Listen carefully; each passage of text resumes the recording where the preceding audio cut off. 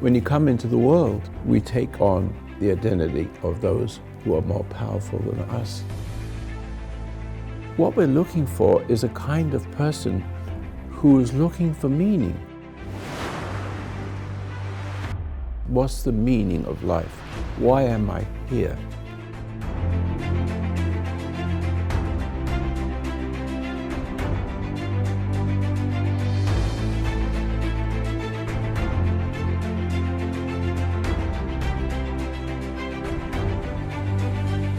Well, hello and good morning. Welcome to Sunday Conversations. I'm Alan Masters. We have a nice small crew this morning, but you around the world get to watch because of our friend Sanjay Gupta, who's been filming this and I think doing a fantastic job. Soon we'll have a movie you can watch. We're just working on the distribution and it's going to be epic. So I want to talk today a little bit about something my father said a month or so ago. There was a woman sitting up here next to him, and he said something to the effect of, what would you be willing to give up to get closer to God? I wonder if we can get close enough to Him. What would you have to give up? What would you have to give up? And I thought about that. I looked at her reaction, and she was so taken aback by what he said that it actually went inside of me, and I thought, wow, that's a big thing to say. Because we all want to get closer to God. That's why we're here. That's why you're watching this. We want to get closer to God. What would we be willing to give up? It's such a huge question, and it just blew by. And it's been rolling around my head inside there like a roulette wheel, the ball that would not drop. And I actually kind of meditated on it just a little bit. I thought, I really want to know the answer to this. So instead of looking at what would I be willing to give up, I just decided to start giving up a few things. Some of the things that are comforts to me that we all have, whether it be food, entertainment, just trying to find something to do to make ourselves busy. Because all the things that keep us from being closer to God are simply the distractions of life. That's why my father wrote a book about the hypnosis of life. We are here in this world constantly distracting ourselves from a great emptiness. That emptiness is our distance from God. And when we feel empty, we try and fill it with anything, whether it be food, like I said, entertainment, a nice new car, a new piece of furniture, a new suit, whatever it is. We distract ourselves from the emptiness that ultimately is the distance between us and our Creator. And the sad part about this to me is that we're all stuck in this worldly place of distractions, yet we continuously seek how to get closer to God. But are we really willing to give up what it takes to give up to get closer to God? I don't know. That's a personal journey for each one of us to think about. And I would tell you, give up a few things. Feel that lonely place inside of you instead of filling it. Because when you feel that loneliness, that hollow, that empty feeling, that's really the feeling that you need to feel to understand just how far you are from God, because you have filled it up over and over and over and over again with every possible distraction. And I come to the talks just like a lot of folks that come to these, or you watching, and I hear all kinds of funny little things. People come up here and sit next to my father, and one lady came up one time and she was so concerned about remodeling her house. It was completely overwhelming to her, overtaking her. And the thing is, it's like, my father's answer was so funny. He's like, I wouldn't know what that's like. I would just say, well, let's just do this.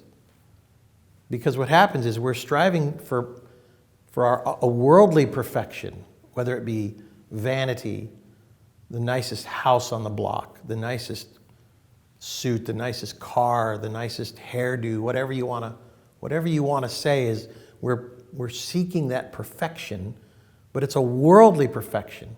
It's really not the type of perfection that we should be seeking, which is to be still and know that He is God.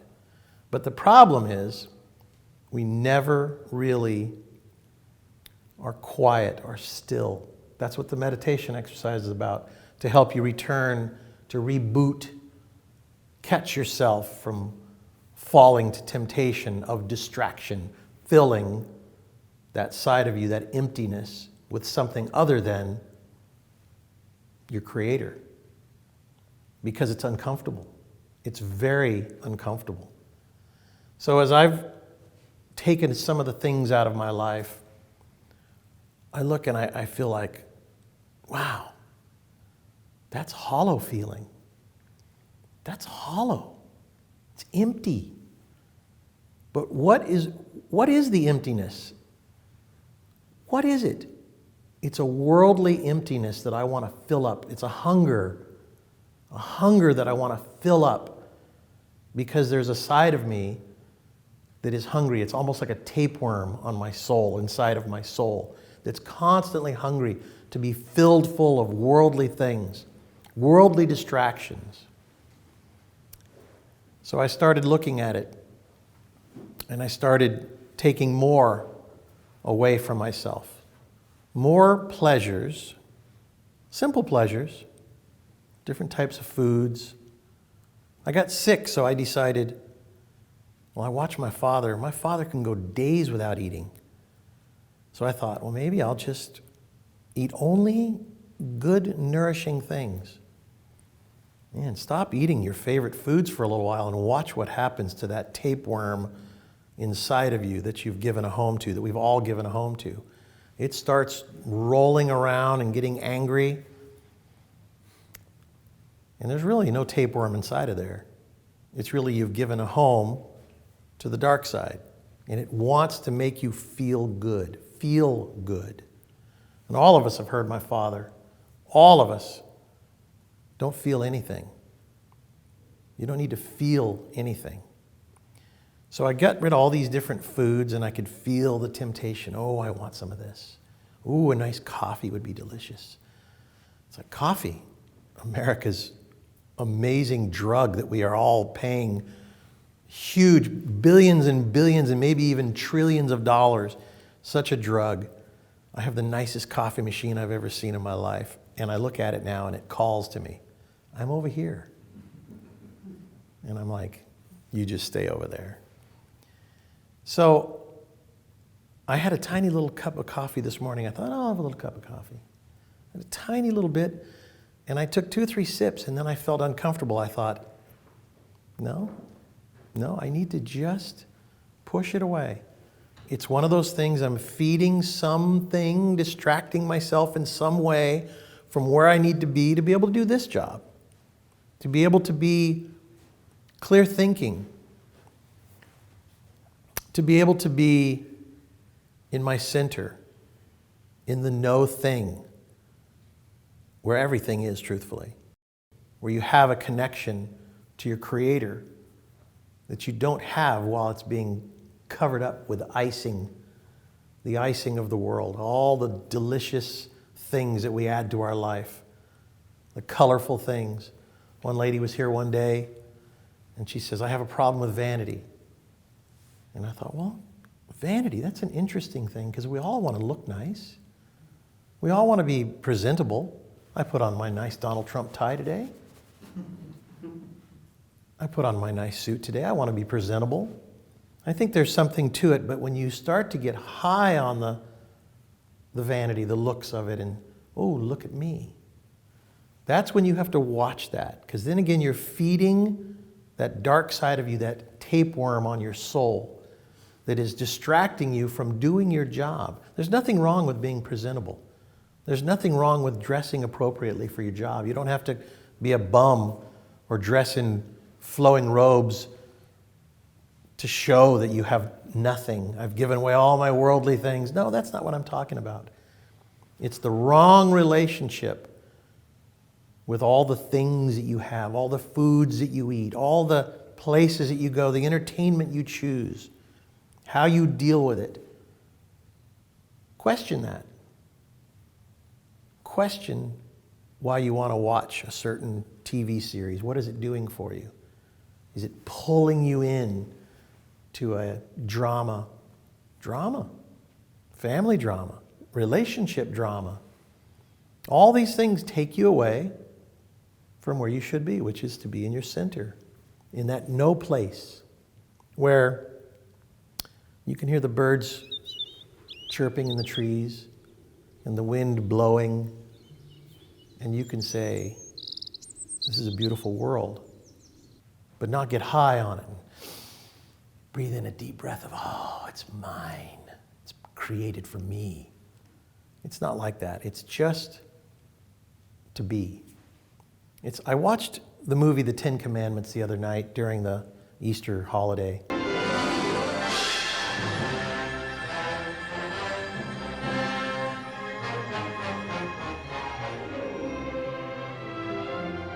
If you haven't seen that movie for a while, do yourself a favor as an adult and watch that movie. It had a whole new meaning to me. I hadn't seen it in probably 5 or 10 years. My God, what a tremendous movie. What a gift that movie is to all of us. But I watched how Moses dealt with his relationship with the Creator. What a tremendous actor he was, because he showed such amazing love for his Creator, yet he didn't know what his Creator was. I am here. Put off thy shoes from off thy feet, for the place whereon thou standest is holy ground.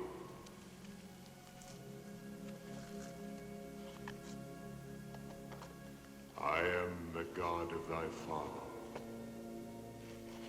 the God of Abraham, the God of Isaac, and the God of Jacob. Lord, why do you not hear the cries of their children in the bondage of Egypt? I have surely seen the affliction of my people which are in Egypt, and I have heard their cry by reason of their taskmasters, for I know their sorrows. Therefore I will send thee, Moses, unto Pharaoh, that thou mayest bring my people out of Egypt. Who am I, Lord, that you should send me? How can I lead this people out of bondage? What words can I speak that they will heed? I will teach thee what thou wilt say. When thou hast brought forth the people, they shall serve me upon this mountain. I will put my laws into their hearts, and in their minds will I write them. Now therefore go, and I will be with thee. But if I say to your children that the God of their fathers has sent me, they will ask, what is his name? And how shall I answer them? I am that I am. I was blown away. But I watched this movie and it brought me to a place of those slaves slaved for 400 years. 400 years. America is not even 400 years old. It's amazing how long they were slaves. And they knew nothing but slavery. They knew nothing. And I think to myself, man, we have such a beautiful country that we live in, such freedom that we get to enjoy here, yet we're all suffering. We're all ailing, we're all suffering, because we have taken ourselves so far away from our Creator through the distractions And if you think about if you were a slave for a few minutes and all you did was stomp in the mud and make bricks for your whole life, and 5 generations before you just made bricks, what would life be like? Just take yourself out of your life and out of your misery, set it aside for a moment, and take all of that away and say, what would my life be like if I didn't have all this distraction that we have in our lives today? What kind of a man or a woman would I be? How would I ask my Creator for guidance? How would I do that? In the most simplest fashion you possibly could. And I think that we all get lost. My father recently, he says, all these preachers are all telling you what to do, and all these religions are telling us how to pray and showing us certain ways, all the dogma and all the different types of, this and the beads and all the different kinds of things, all another distraction. I believe that in my heart. You see, I didn't choose to be here the way you folks have chosen to be here, the way that you folks at home are watching this. I didn't choose any of this. I was born in the classroom. I was born in the classroom. I know nothing other, like the slaves knew nothing other than to be the slaves. I know nothing other than to be my Father's son. And in the beginning, when I was a little boy, I thought my father was the best man on earth. I thought there's nobody better than this. This man is a man. And I was a little boy. And I saw him stand up. You've heard his story. I saw him stand up to many bigger than him, fearless in the way that Moses walked, fearless. And I think in the way that Jesus walked, fearless. And I didn't know any other way. I just thought my dad is a special man. And as I got a little older, I thought my dad was crazy. I thought he was absolutely insane, because how can you live? How can you possibly live without enjoying the flavors of life? Doesn't every 20-year-old kid think that once they start tasting life a little bit? But as soon as I tasted a little bit too much, that voice spoke into my heart, look at yourself. Look at yourself. And I would stop and I'd go, I get it. And I would just stop and I would leave it alone. And then I'd go on my life a little bit further, and something would happen, and something would tap me on the head, and I'd look up, and there was that voice again. Look at yourself. Look at yourself. And I'll never forget that the Creator actually speaks into your soul. And so I knew that I had that personal relationship that my father talks about. And one of the guys was up on the stage the other day, and he says to my father, he says, well, you're fortunate. My dad says, up! I'm not fortunate. You have it too. You can have it too. And I thought, well, I always thought my dad was fortunate. And then when my dad stopped him dead in his tracks, he says, you can have it too.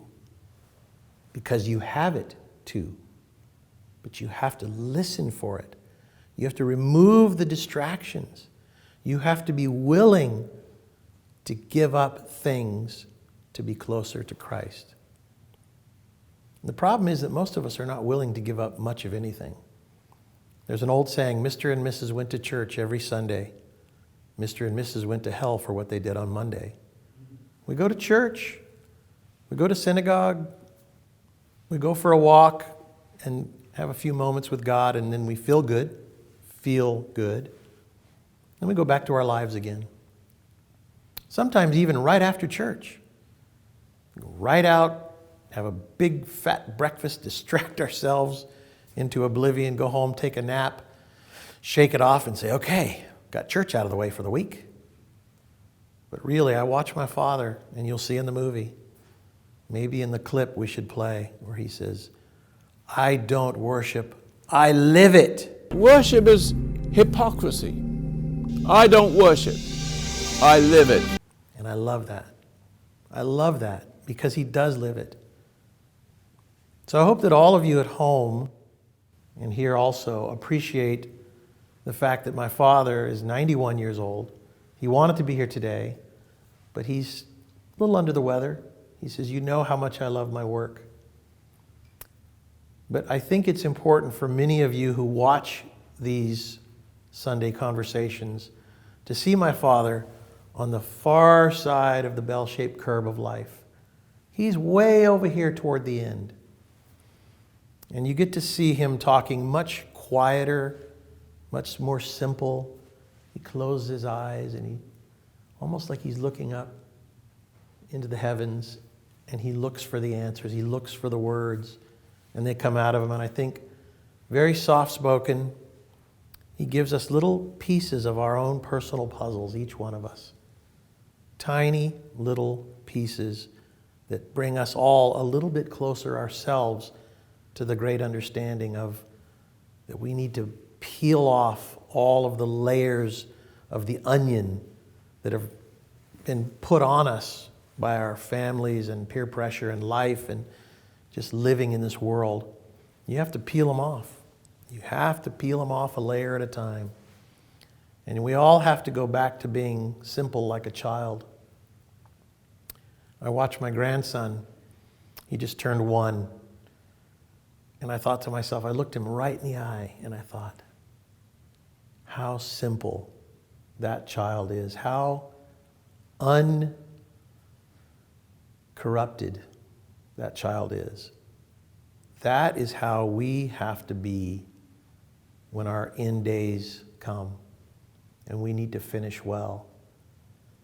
And I think that so many of us think that knowledge, plaques on the wall of scholarly knowledge is going to help us get into heaven. I think that's going to be a big detriment for many because they think they know. They've bought into one of the doctrines of whatever religion has told them. If you just do this, God guarantees you a ticket to heaven. I've heard people say that. I actually heard one man say, who I respect a lot, he said, I'm going to trick God because I'm going to do everything he said I could do. And if I do all these things, I'll go to heaven. I'm guaranteed. Can you imagine? I'm going to trick God. They say, if you want to make God laugh, just tell him your plans. So I just find that the more we are seeking the truth, the more we will be simple in our lives. Not to say that we can't enjoy hobbies, woodworking, painting, whatever it is, because I think being productive is very, very important. So don't get me wrong. You just can't sit there like a monk up there waiting with a shaved head and a flowing robe, waiting for God to come. You have to be productive in your life. It's funny because idle hands are the devil's workshop. So you have your few moments of meditation. I remember when my dad started with a 7-minute meditation, I thought, 7 minutes? Why couldn't it be 10? 11. Give him half an hour. So I think that a few minutes and then to go live it. Live what your convictions are. Honor, integrity, love of humanity, appreciation, being thankful that you have your health. Just being healthy. I got an infection in my liver, and I thought I would have never known. I was just tired. I would have never known had I not taken a blood test, and my liver was putting out some too many enzymes or whatever it is, or proteins, or I don't know, but they said, oh, you have a liver infection. And they said, you have hepatitis. I said, no, I don't have hepatitis. So they did this whole big blood test, and they wanted to get me all riled up. And it's the first time I've ever had to deal with anything like that. And I sat there when the doctor left the room, and there was a woman doctor. She says, we're very, very concerned about you. She was trying to put fear into me. The fear itself is not going to be good for whatever's wrong with me anyway. So I just said, okay, thank you. So she went out, she took a blood test, a urine test. They came back and they said, yes, you have something seriously wrong. We're going to have to do this, that, and the other. So I went back in 2 days, took another blood test, and they said, well, you don't have hepatitis. And I said, I knew that. But it's interesting because when people, especially doctors, throw fear into you, doubt. So I got a chance to look at doubt. It was interesting. Doubt knocked at the door. Courage rose up and answered the door, and no one was there. I didn't have a doubt in my mind for not even a fraction of a single second. I knew I didn't have hepatitis. I knew I was going to be okay. I'm sitting here today, you can see I'm okay. You said courage answered the door? Courage. Oh, courage. Courage. And so I knew I was going to be okay, and I actually felt thankful that God gave me the courage to not doubt. Because there's all kinds of crazy temptations in this world to doubt, to pull you one way or the other, to pull you up, to pull you down, to the left, to the right. It's going to come to you from every angle. How you deal with that situation, truthfully, is the next set of circumstances you'll have to deal with, or not.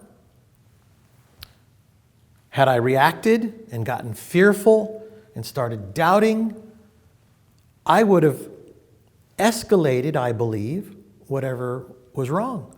Now, technically, I probably just had a stomach flu, and if you checked your liver today, you'd probably find out that you may have something.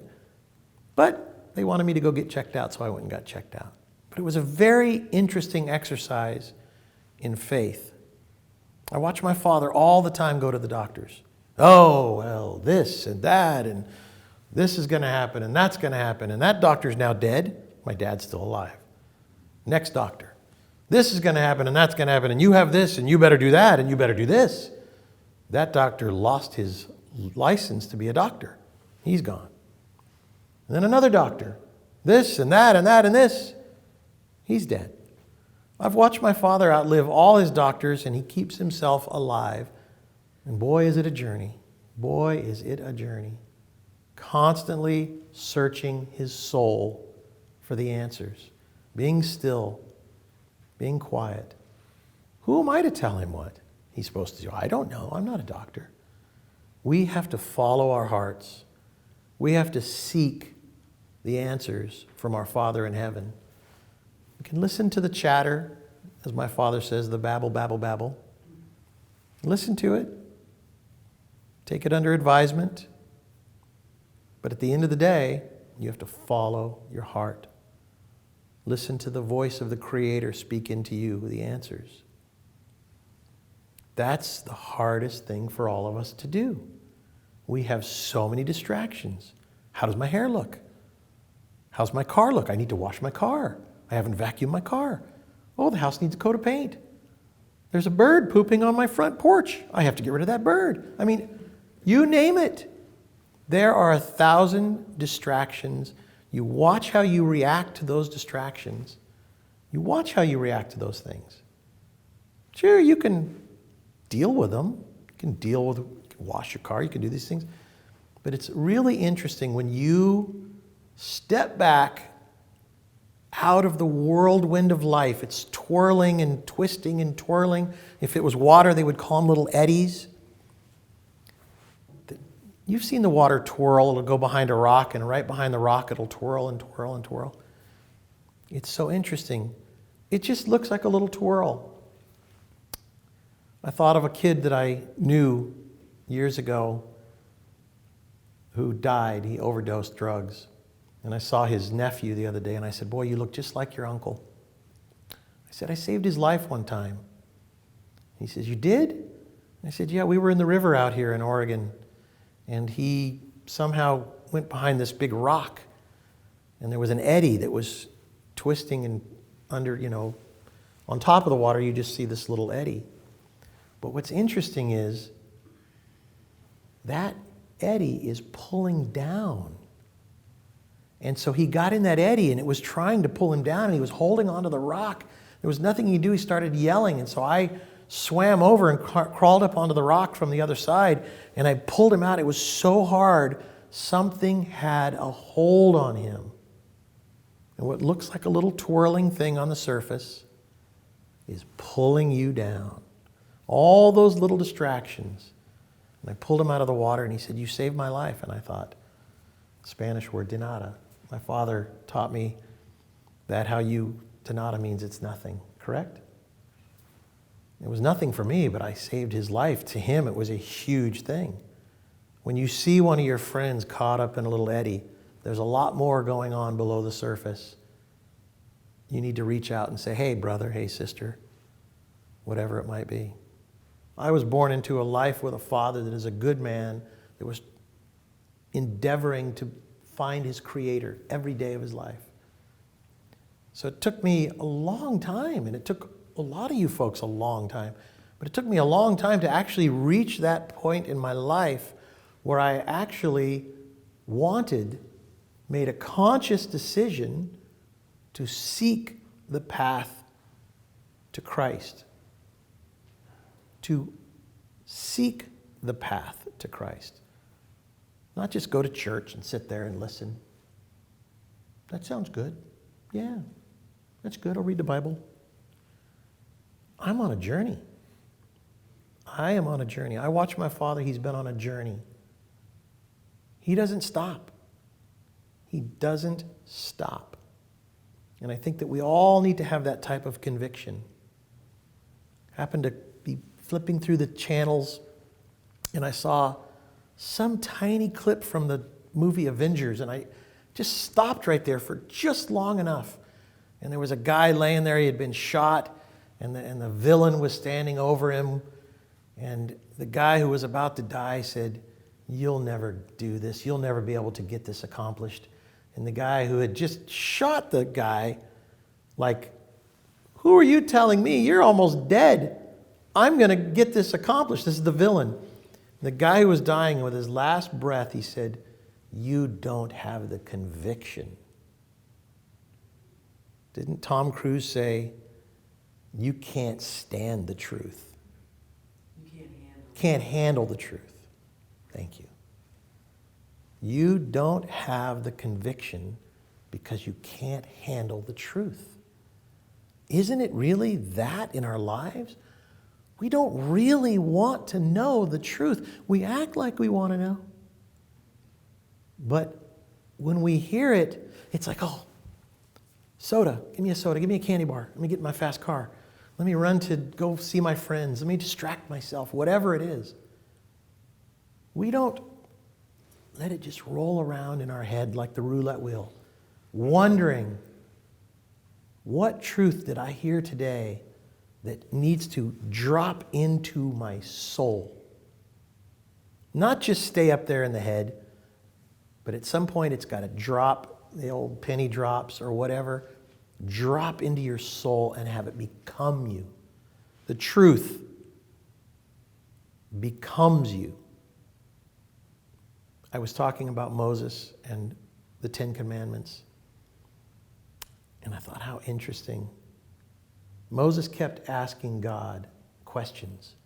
"How, Father? How am I to do this? And how am I to do that? And who shall I say sent me?" "Tell them I am sent you." Simply, I am. Isn't that amazing? Amazing. There's only 3 letters in those 2 words.